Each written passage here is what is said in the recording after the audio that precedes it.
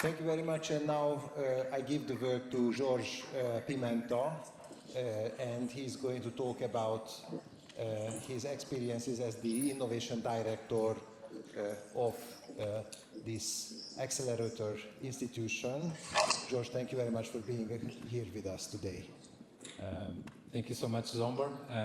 I want to thank you first, of course, for the invitation, director, for hosting us, and of course all the guests. Being the last sometimes is not a good thing, because you feel kind of intimidated with what people. Yeah, is it working? Yeah. No. With the previous speakers. So welcome everyone. First of all, I have 0 patents. Okay. 0 papers.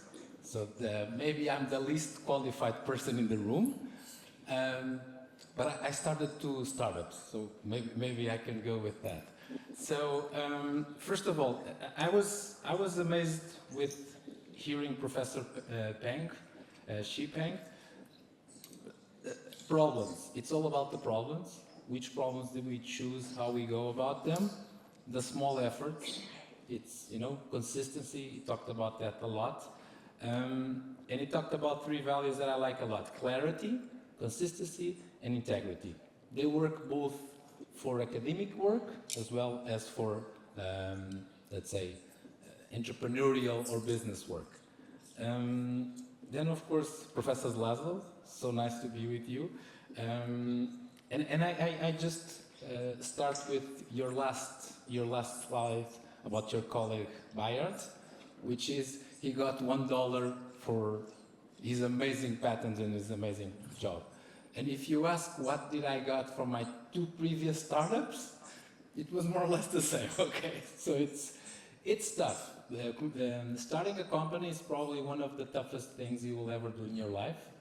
But I always say this: the time when I was happiest in my life was the time when I started my first company. I was really motivated, you want to change the world, and that energy is really something of a kind. But you might fail, you might succeed, you never know. And just to finish off, and I want to thank also Professor Magnus, because what I'm going to show you is the path, in our case, my university and my institution did, which is a little bit on his model, so I hope we get all the things right. And just to finish off with a quote, I don't know, I don't like to quote Steve Jobs a lot, but he says something like, if you think your professor is rude, wait until you get a boss. So it's something around this line. So maybe I can speak for this, yeah? Oh no, it's the same. Okay, so this is me. Again, and I want to do something before I start. Yeah, I have to do something. It's because I came all the way from Portugal. I thought this is going to be very formal. And I put the tie in the bag, but I have to take it out because László has the best tie in the world, and it's a tie that has the Portuguese flag, which I like.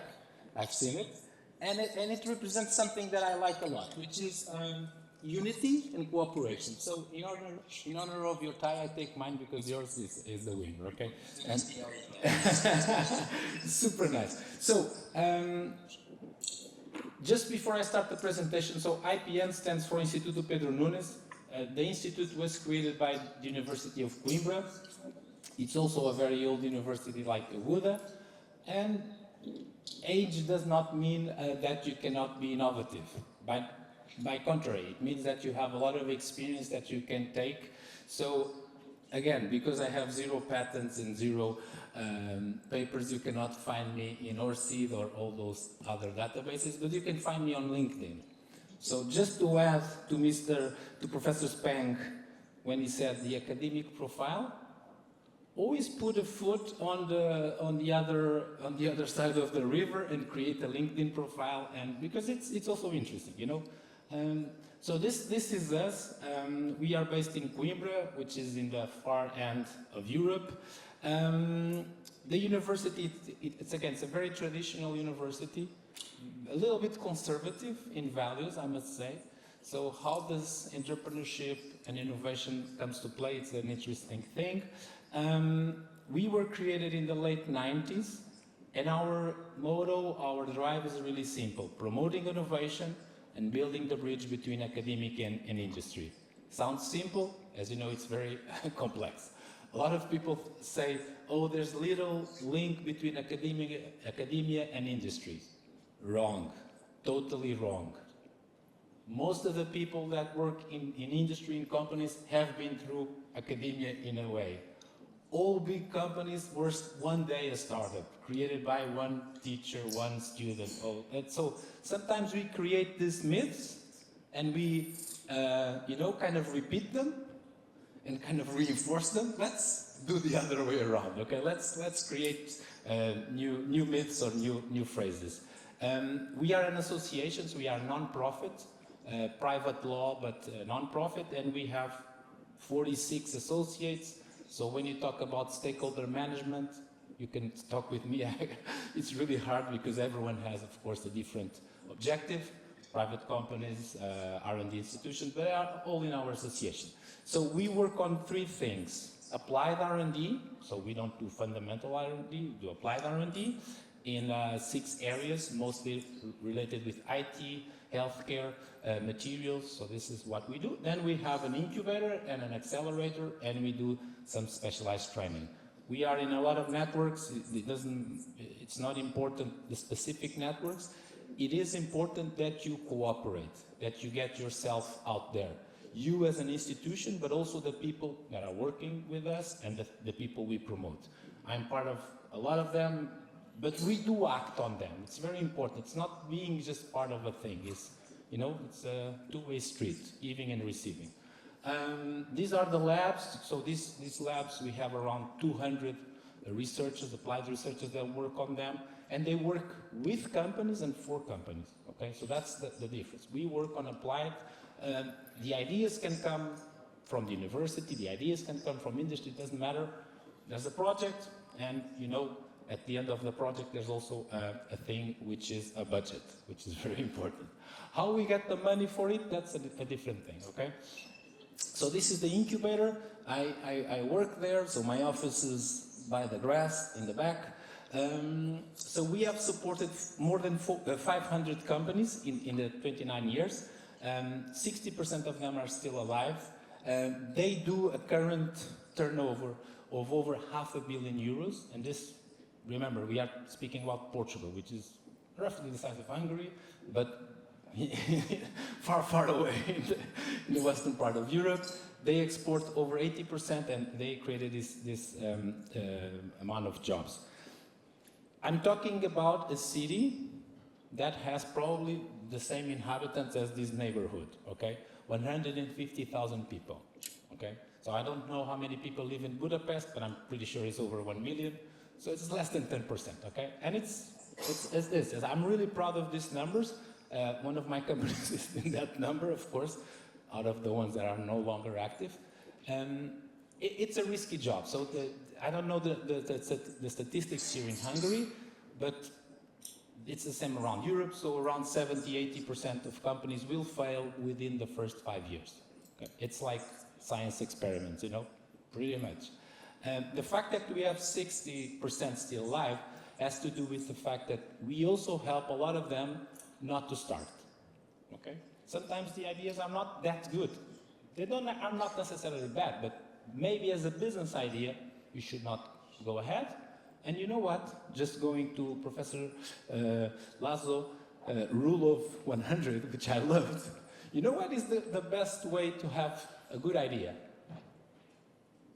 Is to have many, many bad ideas, I always carry, actually today I forgot, I always carry a paper with me just to write down stuff, Write something, and later we'll come to an idea. So this is the same with companies. Sometimes you have to try a lot.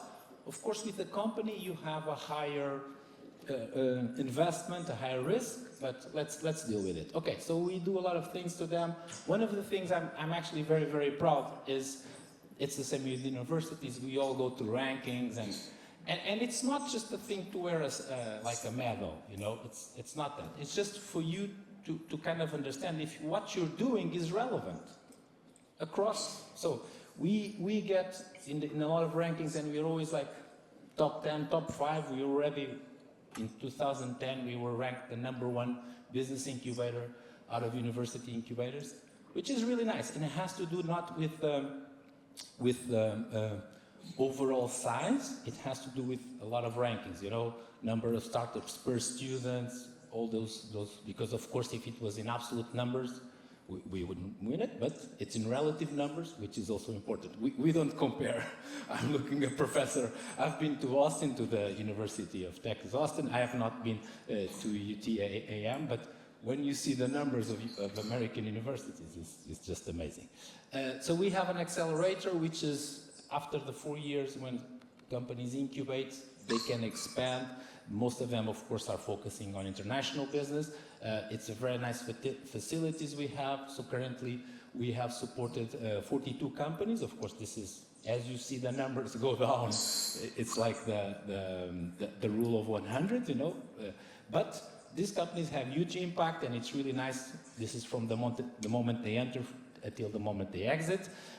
This is what I do currently. My team focus in 3 major topics. So health and biotech, innovation, and space technologies. We have a dedicated incubator dedicated to space startups out of one of the cooperations we have with the European Space Agency. And believe me, if starting a company is difficult, try to start a company with space technologies. It's really hard, you know. There's not a customer out there like, do you want to buy some space assets? it's tough, but it's going, you know. All business, it's not a trend, it's something that it's really important. And now, of course, with all these defense issues, it's going just to go up. So, going back to Professor Magnus' lecture. So, there's a couple of slides that are 100% correct with what we do. So I don't believe that the creating a startup is the solution for all the research projects, okay? I respect scientists a lot. I love to work with scientists. First, I always feel like I'm always learning. I'm the dumbest guy in the room, so I'm always learning, so I'm always adding up.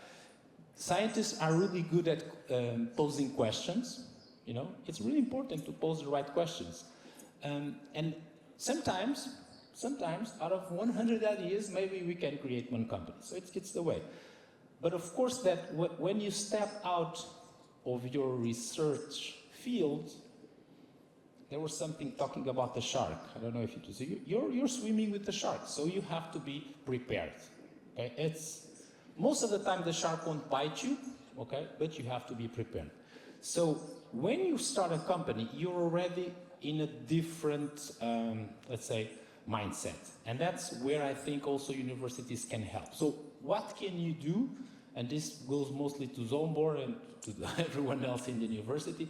What can you do to create these opportunities for you as researchers, for you as students, to then decide which way you want to go? So that's what I'm going to talk about with our own examples, okay? So this is the topic, so community management, and then a lot of stuff I'm going to discuss. Community management is really important in the sense that we are in a community here in university. Of course, I'm not sure how it is managed, but it's really important for you to have, as a community, a sort of, let's say, relation between not only inside, but outside. This is what we need to promote. So I'm not going to discuss a lot, but this is, of course, what the community manager needs to do, and there's a lot of things here. How do we see the path? So a little bit like TRL. Do you know the TRL, the readiness level? We have the 1, 2, 3. So if you remember Magnus' chart, it was a little bit like this, but with a different, I didn't check the paper, sorry, I'm not a researcher. So there's a couple of things that we do around training. It's really important. You researchers, you know, if you want to apply a new method, you have to be trained in that method. Then, of course, mentoring. I think someone mentioned mentoring here is really important. You're not alone. Even if sometimes the research work seems very lonely, you're not alone. There is the TTO or TLO office. There are many people that can support you. You have to look for them, and and accept when someone is helping you. A lot of time people don't want to accept. Take advantage. When people want to speak with you, take the time, you know? Maybe in the end you'll learn something I always try to take the time. And then networking, it's really important. So, training. What can a university do about training? So, one of the things, I do like a lot of this, for instance, these sort of workshops. You can do a lot of things around ideation, which is there's someone coming with a challenge, typically if it's a company, even better. And just don't be afraid of, you know, bringing up crazy ideas, because sometimes it's the crazy idea that wins. And if a company comes to a researcher or to a research group to discuss and to debate ideas, they don't want the same ideas they had in their own lab. You know, there's people think of ideas in their lab. They want new ones, okay? So don't be afraid of that. So there are many ways where you can do that. Then, of course, there's this sort of acceleration programs, which are, you kind of take the idea, do not create a company yet, and just, you know, kind of do the prototype, even in idea stage. You might not even build the thing in this stage.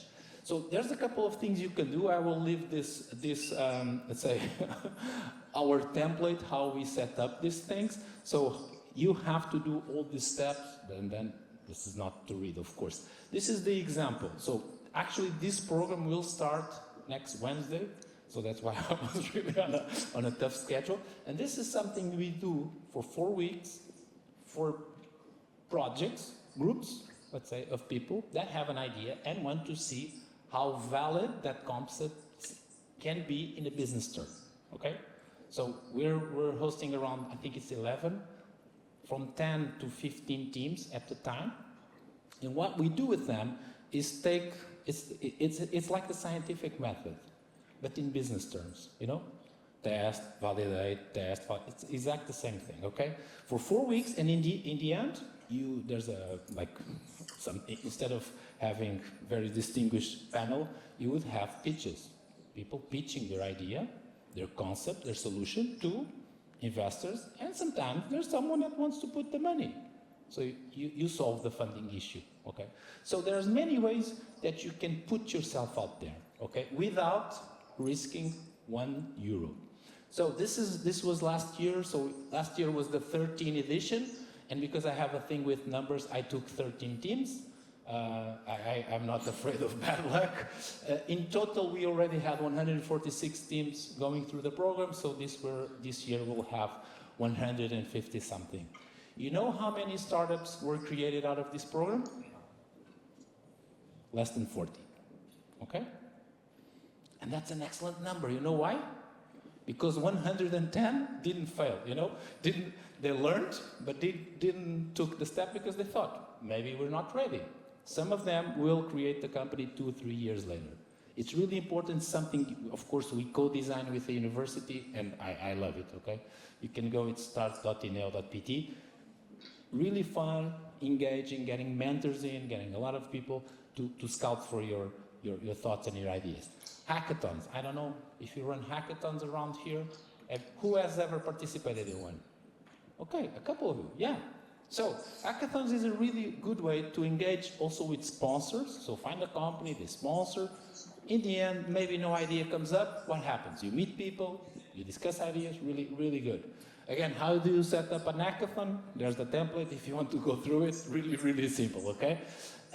This is one, for instance, we do with the student association, something like this, yeah, the equivalent, on the Faculty of Sciences, which is good to do things with younger students because they put up the hard work, okay? And it's nice. And they've been doing this, I think, around for 10 years. It's called Shift Happens. It's all around creating apps. Really, really good fun. This is the one we co-designed also with the European Space Agency. So there are a lot of international ones that nowadays occur online that you can apply to, have it hosted in a university, and you never know. Matchmaking events. Okay, so we had some ideas. We want projects to move forward. How do we connect you, let's say, the entrepreneurs, scientists, whatever, with corporates. It's not easy. You know, it's really not easy. Because sometimes you want to have the people in the same room, but you might not have the chance to talk with them. It's not easy to create those sort of dating apps, you know, it doesn't happen like that. So you need to create an event, and you need to create the opportunities for people to meet, okay? So then again, there's this template we use. You can either have matchmaking, let's say, one-to-ones, you might have it in group. There are many ways you can do it. Again, I'm not going through this. This is an example we did. So this is around space technologies. So what we do is we invite people working in some sort of space technologies, let's say telecommunications, and we ask companies also to bring people that can actually talk to them, you know, it's not just the CEO or whatever, people that cannot. And then, okay, there's some sort of presentations, but there's always this kind of workshops or one-to-ones that are really important. But again, you as university, you as an institute, you have to design around that. I think my time is flying, right? Yeah. Then talent attraction. This is mostly you as an university helping companies so that they can help you. You know, it's always going in circles. It's interesting that, I don't know what's the case in Hungary right now, but I'm pretty sure if you talk to any CEO, they will say it's hard to retain and attract talent. And I see a lot of them in front of me. So where's the challenge? There's a lot of challenges. One thing you can do, for instance, is a summer internship thing that we do. So this is an internship not for interns to come to my teams, it's for the interns to come to the company's teams. But we designed this very specifically. So what is the internship about? What actually are they going to do? Are they going to just reply to emails, or are actually going to do? So we kind of cater the internships, and yeah, we create. Then there's one thing which is for me really, really good. Whenever you see this, be aware, which are open innovation programs. Open innovation programs are, let's say, more detailed, specific ways for you to engage with big companies where they specifically cast a challenge, okay, with requirements, and you can answer to it as a startup, as a project. Really interesting. We can also design or co-design with them, but you can also apply. Again, there's a template. This is, for instance, something we've been doing in the EIT Health. This is something, for instance, we have been doing with Microsoft.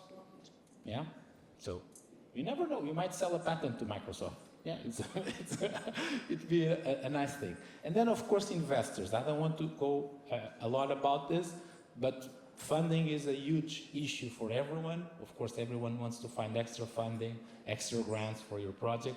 Private investors is also a way, okay? Of course, investors will look at science projects like, okay, develop that and then come to me within 2 years when you have the results, okay? So that's typically their approach. But there's always ways where you can kind of fetch them and connect with them as early as possible. Some of them are also willing to co-invest, okay? They will not put all the money, but they can co-invest. So it's really important that you create, especially when you are already more advanced in your startup. Again, there's a template. I would leave it to Óbudai if they want some help setting up this sort of things. So this is one of the events that we did. This was, actually the picture is from 2024, but we won an award on this. So we did like a one-day event, really, really nice. Yeah, there's a lot of things. What tools can we use? There are many tools you can use as, again, an organizer. We try to do the most out of the digital tools, and of course also out of these monitoring tools. This is a, sorry for the Portuguese, this is a business monitoring tool. Yeah, I don't know. Even, I don't know if you have at least an idea, at least a hint of a project, talk to the office, talk to the incubator. You are not alone. It might be a difficult journey, but it's a very funny ride. Okay, so there's my, actually I forgot to leave my QR code for the LinkedIn, but you can find me. I'm pretty sure if you look for Pimenta, there's not many bearded Portuguese you'll find in LinkedIn. Thank you so much.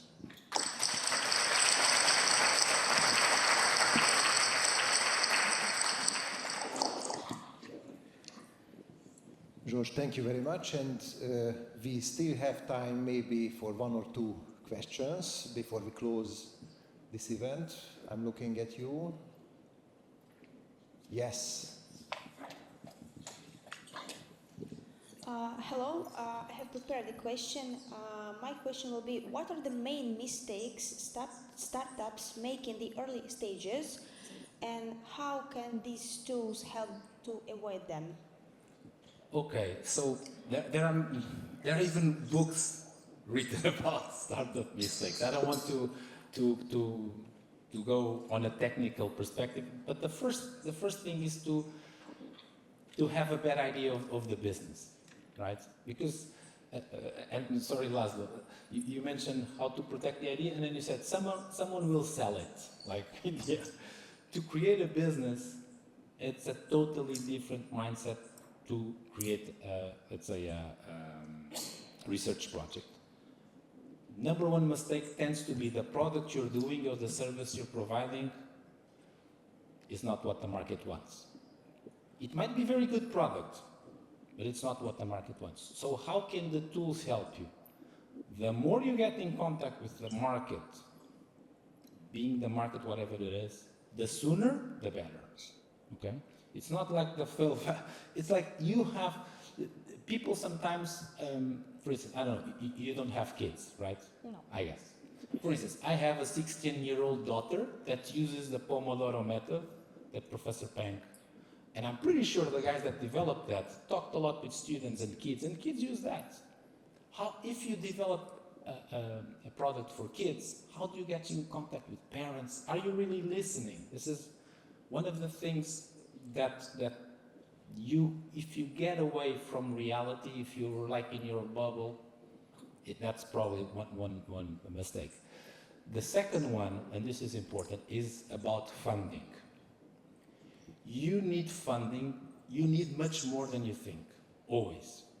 Every time someone comes up, oh, I need 1 million, let's look for 2. I'm pretty sure you'll need more, okay? Because if you plan very short term, you're always in search for funding. You cannot be searching for funding every 6 months. That's not the way to run a business. So you have to understand the business process, and to do that, ask for help. That's my only, I didn't know if I answered the question. Yeah, thank you very much. Yeah. Thank you. And maybe a final last question, okay?